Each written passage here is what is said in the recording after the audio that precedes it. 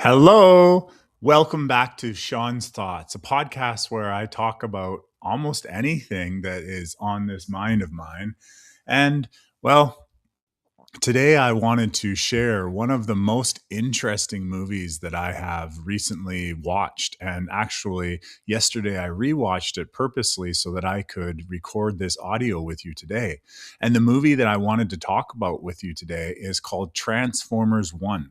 And there's a little image here from the trailer, I guess, and to keep my mind fixed on that I'm talking about Transformers 1. So thank you for joining me today. And yeah, I really found this movie extremely fascinating. See, before I get into the actual details of the movie, I've come upon the idea, or at least the concept, that a lot of what happens in our reality, a lot of what is projected perhaps upon us, often comes in the form of movies or other media that we are, programmed by, or perhaps we're exposed to. And oftentimes, synchronicities and things that we perhaps even need to learn about, they come through as movies, as synchronicities within the things that we read and the people sometimes even passing us by. And one of the things that or one of the movies that has influentially affected me most recently is this amazing movie that came out as a essentially an origin story to who Optimus Prime and Megatron were. And so I watched it in a movie theater when it came out like 2 years ago, and I was immediately captured by all of the synchronicities and the parallels to the timeline that we're on, or at least that I'm on right now. And so I thought I would, do a video. I've been actually thinking about doing this video for a long time, and I'm pretty nervous to be honest about it because yeah, it's not necessarily me just saying things that come to my mind. It's me reflecting or perhaps paralleling the ideas that were written in this amazing script. Now, to start off with, Transformers 1, as I said, isn't your normal Transformers movie where you got all the action that Hasbro brought up with all of their big toys stomping on everything as if they were Godzilla. No, this movie essentially told the origin story of how Optimus Prime and Megatron were friends, best friends of sorts, when they were living on Cybertron as miners. Yes, Optimus Prime, as this movie showcases, was once a miner without a divine spark, without that thing in his chest that gave him the ability to transform. Actually, in this movie, you start off by seeing all of the different Transformers, not necessarily Transformers, but essentially miners of Cybertron. See, in the beginning of the movie, you see all of these robots, and of course, you can kind of see Megatron a little bit resemblance, and same with Optimus and Bumblebee and such. They are miners, and they don't have the ability to actually transform. They are only simply task bots, and they're doing what they're told. Now, there are transformers on Cybertron, and they basically represent the elite. They represent the people that are the authority of the planet. They are the bosses. They are the so-called rich robots that live in these amazing different buildings and have this amazing world, because Cybertron is, or appears to be, a very fantastic world. And yet underneath it all, there are hundreds of thousands of these miners who work tirelessly every day, slaving away in order to procure energon. And they believe that, at one point in time, there were these 12 primes that were essentially created by the planet Cybertron. And they were godlike beings, meaning that they had the power to transform. They were the protectors of the world. And at some point in their history, Cybertron fell. This big evil enemy from somewhere else came over, took over, and the protectors, or the primes of Cybertron, fell. And so all of these miners essentially were living under the premise, or the idea, that they were simply living their life, living and struggling and, barely surviving in some cases. And yet they were just told to adapt and accept. And many of them did. Often in the beginning of the movie, you'll see D16, who later becomes Megatron. He's always talking about how he should just, or because he's talking to Optimus, that Optimus should just accept his role in the world. It kind of relates back to all of those movies of kings and queens where all of the villagers were so down on their luck and so discouraged by their lives that they were just willing to accept the meager life that they did live and to essentially try to find happiness within even the desperation and the moments of disparity. And yet, Optimus, in his former younger self, was always looking for the truth. He was always seeking for what actually happened to this spark that had been in the leader. It was the leadership spark or something. So the idea is that Transformers, within their chest plates, they have this spark, or I'll call it a divine spark, and that this gives them their ability to transform, but they still have to utilize it. There's this amazing scene halfway through the movie, and by the way, there's going to be spoilers in this movie, so in my talk anyways. There is halfway through the movie, after they're reunited with divine sparks, or their sparks anyways, they essentially have to learn how to use it, how to incorporate it, how to transform. And when they're given it, they were instructed essentially by the prime who gives it to them that this is now upon their shoulders, that they are to take this spark of life that was once part of the primes that were defeated, and they are therefore then to use it, or utilize it more importantly, to transform their own world.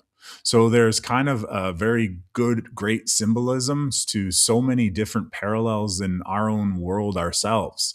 See, when we go through this movie, we're watching and we're experiencing these once robots learning that they could and can be more than they are told, or perhaps programmed, because they literally are robots who are programmed. And even when they go to sleep, they're just not there anymore. They're like, there's this one scene where Optimus is trying to get D16, as I said, who later becomes Megatron, and he's tapping on his head, and the guy is not really there until he comes back online. So in a sense, the Transformers, before they become Transformers, they are robots who are programmed for slave labor.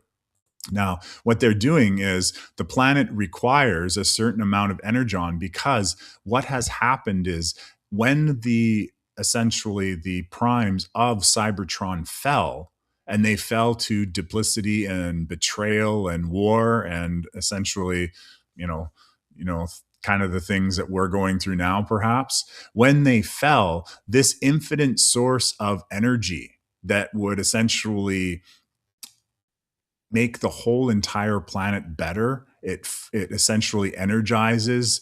You can possibly call it Ethereum, maybe, but nonetheless, this energy flows naturally throughout the planet, and that's the way this planet was constructed. And when the primes fell due to the betrayal of one of their own, which was the character in the movie, I forgot his name, but he calls himself a prime afterwards, it fell, and all of this energy stopped flowing around the earth, which kind of resembles what I came to understand perhaps happened on our own planet as well, in that we, at one point in time on this planet, we had a vastly different planet that we're on. And that as we fell down into lower densities, the third dimension, or the 3D that we're in now, essentially a lot of the benefits that our planet naturally gave to humanity and the Homo sapiens essentially dried up. So there is a really great parallel to that story and that narrative of this movie, because once the whole situation is dealt with at the end, the energon, or the energy, or the Ethereum perhaps, is therefore streamed back through our, well, in their case, Cybertron. And so there's a lot of other different interesting things. Right now, I'm trying out a new thing in which I'm using my computer, and unfortunately, or fortunately enough, whatever, I'm looking at myself talking while I'm doing this. So it's somewhat distracting of sorts, but I'm trying to see if there's differing, better ways of doing things. And so, I'm actually sitting here and I'm wearing my son's Snorlax Pokemon shirt, and I have my former partner's amazing painting up there. You can take a look. That thing up there, she painted that a few years, 4 years ago or so. And I have a couple other things there. But, anyways, so I'm trying something different, and I hope that, it works out. And so I really got to stop looking at the screen while I talk, but it's hard because I'm sitting right there. So, anyways, so back to what I was saying about Transformers. So, I'm gonna skip right to the end of the movie right now because that's what I'm being called to more so talk about, because that's where the aha moments and the epiphanies and the massive insights, they actually came streaming right at the end of the movie. And I'm probably going to say a lot of things that are going to perhaps break the movie for you, but I imagined not as many people watched this movie. More so, even me, I watched it because my son wanted to watch it, although I grew up watching Transformers cartoons, and that was part of my fundamental growth foundation, whatever it is was the Transformers and the stories that were put in that TV show. Now, I recognize back when I was a kid, Transformers, the TV show, was more of a tool or an advertisement to get us to go buy the Transformers.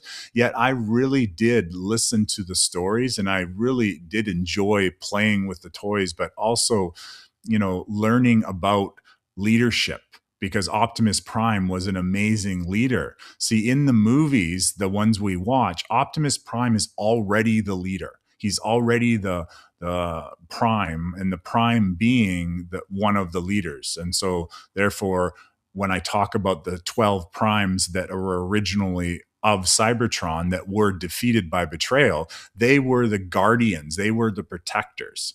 And so the story of Optimus Prime and essentially going against what they call the Decepticons, or the evil side or the dark side. Optimus Prime in this movie was simply a miner who was learning his ways. And eventually, through a series of events drawn out in the movie, he ends up discovering that his whole life has been a lie, that everything that he had known to be true, that he himself as a miner believed that, he needed to live the life, and all of the other miners believed they needed to just simply accept their station in life as miners. And it was challenging and hard. And see, interestingly enough, they would mine for this stuff called energon, and energon essentially gave those who were in power the power to transform. They were the fuel source for them to live their fuller lives. And when you went from a miner to a transformer, and you had that energon, and you had the large amounts of energon, and you had that spark within your chest, which was only given to the elite and the controlling guardian transformers on Cybertron at the time, miners were restricted. They didn't have that spark in their chest. And so there was a difference between who had the have-nots and the haves, or whatever. You get what I mean.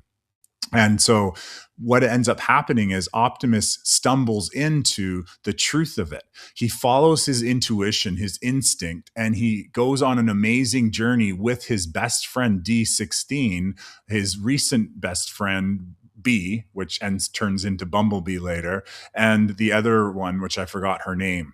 And so they end up discovering that their whole entire lives have been a script, something that has been fictitiously put in front, a story, a narrative, in order to keep them suppressed so that they wouldn't ever want to go for more. And so they discover that each and every single one of them, when they were created, they all had divine sparks within them. And these divine sparks enabled them to create, to transform. And so there's obviously parallels right there with just the word transform, but sometimes creating is transforming one's life. And that's kind of how it was instructed to Optimus when he got that spark within him. He was given the call to action to take the sparks of the fallen primes, put them within themselves, and therefore go back out and create the world, which essentially, for their mission at that point in time, was to share this deception and this essential false narrative, false light. See, the Prime who ran Cybertron when Optimus and D16 were simply minors, he represented the false light, the one who was pretending to be the savior and the protector of Cybertron. And yet he was the one who essentially restricted, because it was disclosed in the movie or exposed by Optimus. Optimus found out about it from another Prime, that this particular so-called Prime actually betrayed not only the other primes and had them defeated, but he also removed the divine spark that was within every single transformer minor, essentially, and therefore limiting their ability to be more than what they were, or more than what they were tasked for. And now they simply became bots that worked hard, slaved away, and essentially procured the energon for the rest of this higher level civilization of people and the city. And you can say it, the rich transformers, if there is such a thing. But more importantly, we later find out that this so-called savior or guardian, this new Prime that betrayed the fallen primes, we find out that he was actually giving it all away in order to maintain his power as the new leader over Cybertron. So there was a lot of differing things that kind of relate to situations that we are ongoing right now, that there is, a structure within our world, a hierarchy of, who has and who doesn't have, and who works on the backs of others and who essentially benefits from it. And there's definitely a negative aura around all of the so-called transformers and the elite guard and such like that, that essentially govern and, make sure all the miners are doing their job and meeting their quotas. And it really is tough work. And they even showcase a scene where it's extremely dangerous work. And most of Cybertron is committed to, and they believe that they are benefiting society of a whole, committed to actually being miners. They enjoy it. They thrive in it, sure. But they feel, especially Optimus, that there's something that, just isn't right, that there's something more than they're being told that's there. And he's on a continual journey. That's Optimus before he becomes Optimus Prime. He's on a continual journey when he's young in trying to discover what the truth of reality is. And so the interesting part about this movie, or one of the most interesting parts of this movie, is when Optimus and D16, remember that's Megatron before Megatron becomes Megatron, so they're best friends. Megatron's always so negative. Well, sorry, D16's always very negative the way he talks. He goes from being upset to being elated and then angry. And then he's always, constantly bringing up the past, and he's always, vibing low. Versus Optimus, he's hopeful. He's always believing there's something better. He's always trying to find an answer, trying to find truth. And he's essentially struggling against a lot of other Autobots, or in this case, they're not Autobots yet, but other miners who are just essentially broken by the system, by the way that they live and such. And so what ends up happening when Optimus and D16, remember that's to be Megatron, when they discover the truth behind the betrayal of the Prime, and I really need to know that guy's name, but the one that's in the movie, who basically betrayed the other primes. He was supposedly the assistant of those 12 primes. Like, he was the most prized, you can call him the vice president maybe of the primes or something, but he was the highest ranking transformer working directly for the primes. But he felt that he wanted to be in power. He felt that he thought that he could do it better. So he betrayed the other primes, and he allowed this invading army of I forgot what they called them, but an invading army of Cybertron, he participated in defeating or essentially killing the other prime transformers. And so therefore he made a deal to take over Cybertron and provide this invading army with resources and, loosh maybe. And anyways, my turtle's down there walking with me. And so when Optimus and D16 they discover this, there's two completely different views on how to deal with it. See, Optimus sees that we need to go back and expose this to everyone. And when we expose it to everyone, everyone will change. They will shift how they view stuff. And, people will see the evidence, they will see the proof, and then we will change the way that everyone lives. Versus D16, soon to become Megatron, because of this exact inciting event. He gets angry. He rages out. He's devastated. His whole world is broken. The lie is crushing any civility that he has within him. And even the colors of his eyes start to change. And he starts to get hardened, and he takes on this very angry, revengeful aspect of his archetype or his character. And so you can see there being a change in his personality based on this information. So that kind of parallels to what I foresee, or perhaps that's already happening as people are waking up and they're seeing what's out there, and they're seeing that, oh, perhaps things are a lot different, or, at least starting a little bit different than I thought they were.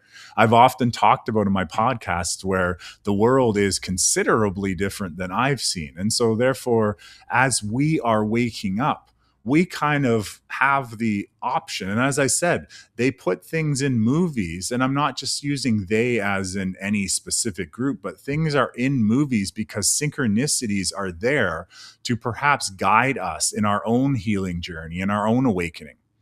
And so in the movie, it was essentially shown that, of course, when we learn truth, and learning truth doesn't necessarily mean concrete truth, but various perspectives. And this was a huge change in perspective.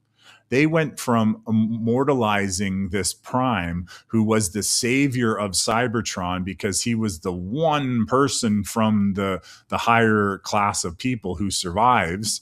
All the other primes fall, and now he claims he's out there, on the surface of Cybertron, while everyone else is in the mines super far within Cybertron, trying to scrape out the last little bits of the Cybertron stuff, the thing they're mining, suddenly the word, energon. And so he's up essentially doing whatever he's doing, the Prime that is, while all the other the Transformers or the miners are underground working, and they're all led to believe that he's the savior, he's the this or that. And of course, just like the Romans did back in the day when there was unrest, and in this case, there was starting to get some unrest because of the delays on his promises and such. He had a full platform of things that he said that he was going to do. And when I say he, I mean the fake Prime, the false light. This character was telling all the other Cybertronians that he was going to find this leadership spark, and, everything was going to be saved, and, the world would be so much better. And yet he failed to do it again. And so when he came back, just like the Romans did, he had to put on a games, and he had to put on a distraction. He had to get people more invigorated, more alive, more ready to, go back and do more mining for him, because he was benefiting with this treacherous agreement that he had made with the invading army. And so back to D16. See, D16's whole idea and image of his life, of everything he had known, suddenly shifts.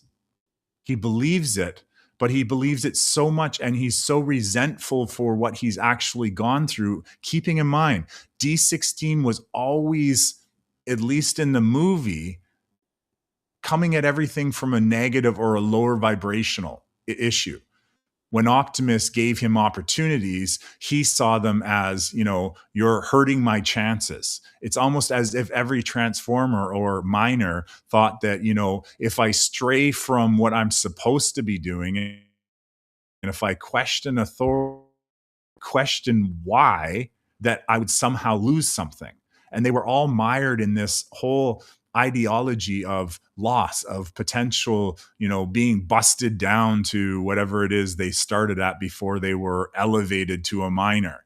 Even the miner, the role of miner in the world of Cybertron was somehow put up being better than actually.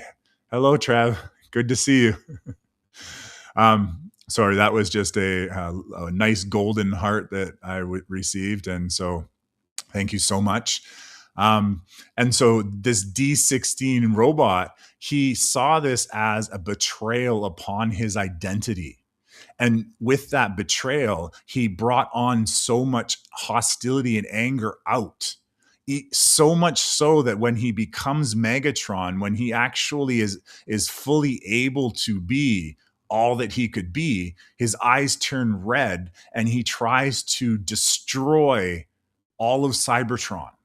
See, he sees everything now, every symbol of the original primes, everything that they created. See, they weren't the problem. They were betrayed. Those original 12 primes, which 12 primes kind of, it's a very interesting number of, beings that are created by, well, what the show proposes as the Transformers as God, in a sense. But anyways, these 12 primes were defeated. They were overthrown. And so therefore they weren't. Actually, D16, one of his what's that word? He actually worshipped, in a sense, or he really respected one of the primes, believing that that prime was, his idol or his aspirations. I don't know. I can't think of the word right now, but he even looked up to the primes. But yet when he finds and he's overcome by all this betrayal, he lashes out and starts destroying everything. And he actually even just kills or defeats. I like to use defeat rather than kill, especially because, it sounds better. But anyways, we won't get into that. But he actually causes the destruction of Optimus, who falls into the planet with a giant gunshot through his chest.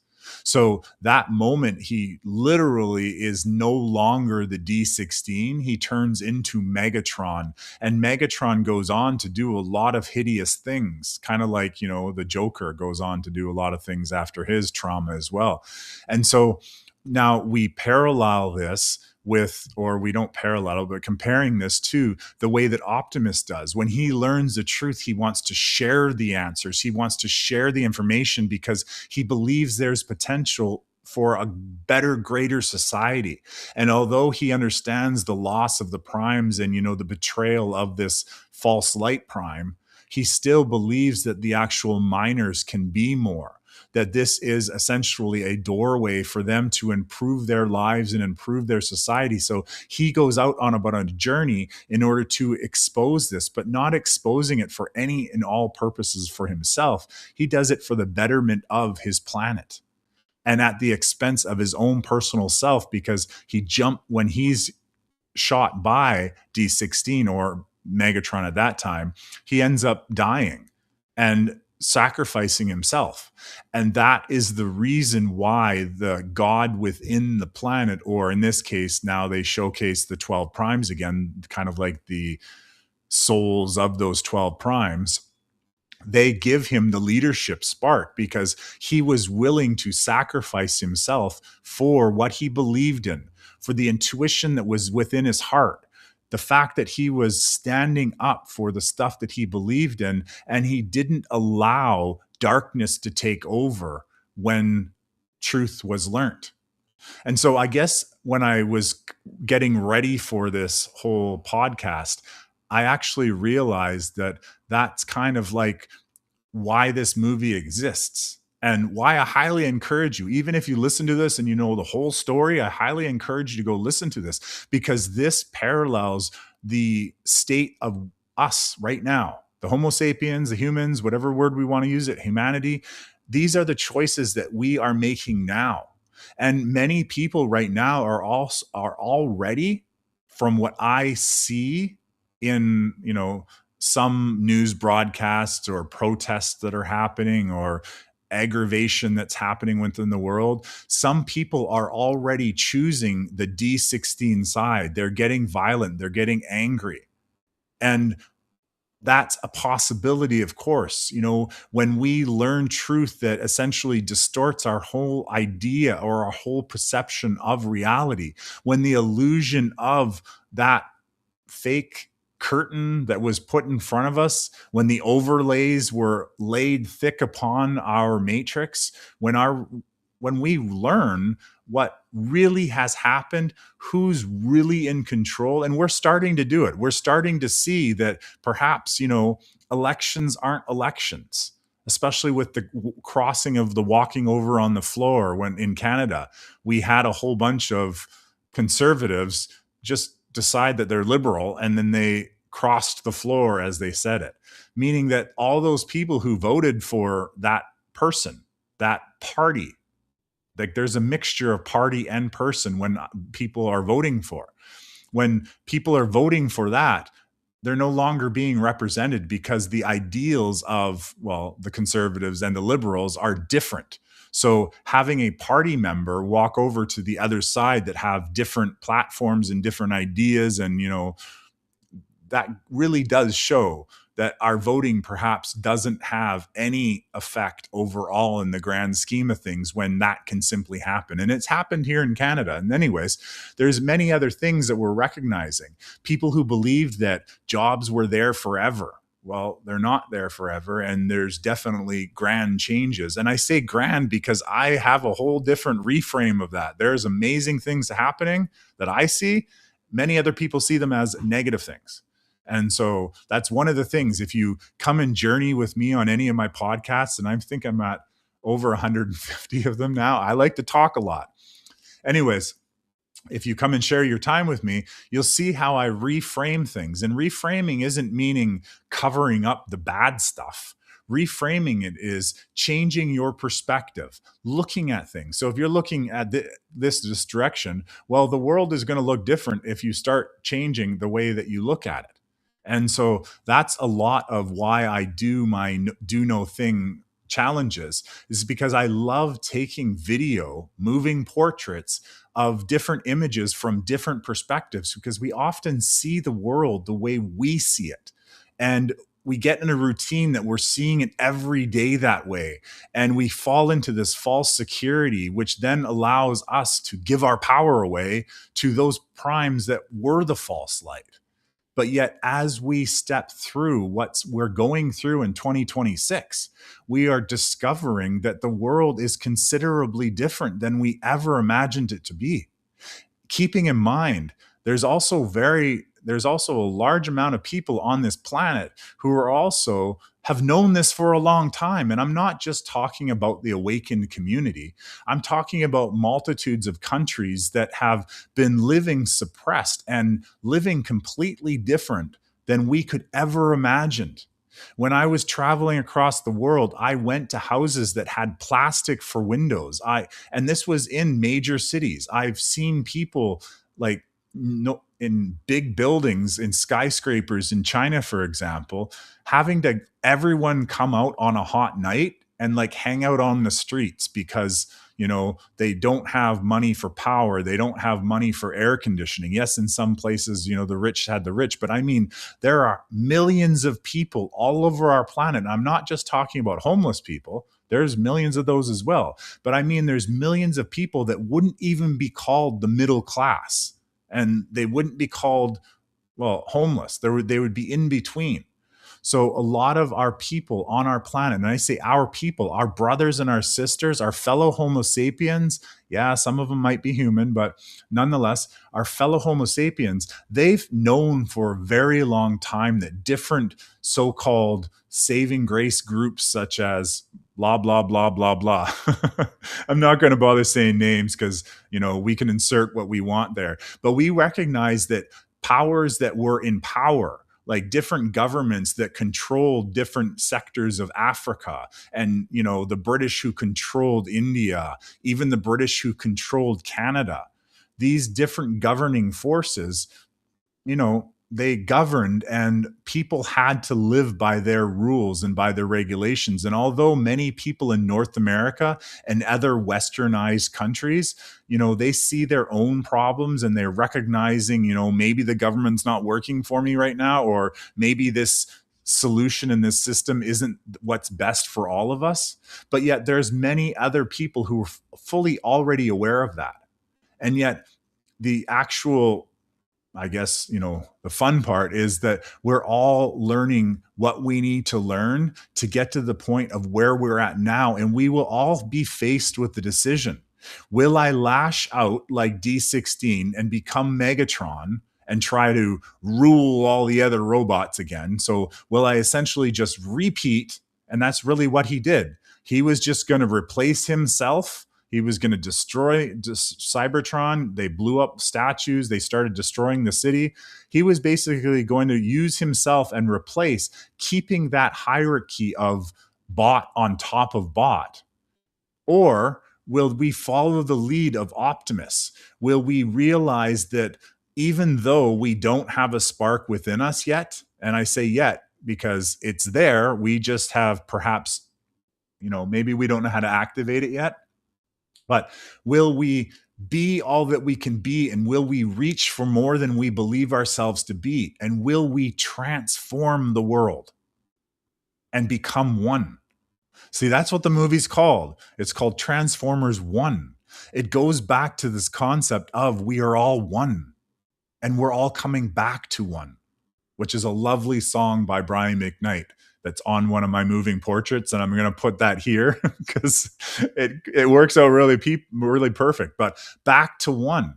See, that's the message that he and his followers and his allies, I guess. I like the word allies as opposed to followers. Followers is not something I ever want to do. I definitely look for allies in this world. Followers, yeah. Anyways, so Optimus makes the choice.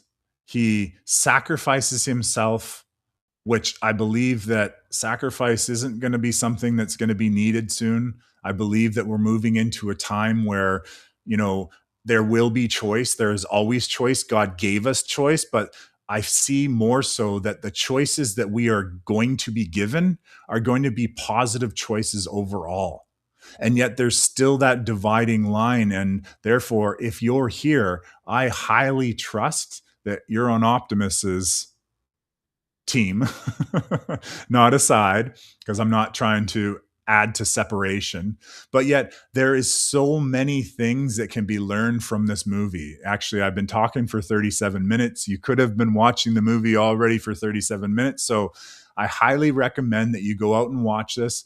I trust that everything I needed to say is being said, and I highly encourage you to do all that lovely stuff of liking and subscribing and coming over to Patreon and sharing your attention with my stuff over there, because I truly do wish to create a new Earth, or in the sense, just like Optimus, a new Cybertron, where we reconnect with all of the past history, which has been essentially concealed from us, hidden. And perhaps we are living, or lived as past tense, a narrative based on an ideology which wasn't necessarily meant for us. Anyways, I love your reframes. They contain so much wisdom. Thank you so much. Thank you. So, go out there and do your own transforming. And remember, you all have that divine spark within us. And that divine spark is our ability to co-create with God, the source of all things. Thank you so much. And I look forward to sharing a lot more time. And definitely go watch the movie. I enjoyed it, and I'll probably watch it again. Maybe we'll watch it together sometime. You never know, one conference or something, and we'll sit and discuss it and, dig deep. Anyways, thank you so much for sharing your time, and thank you Trev, for the comments. So much love.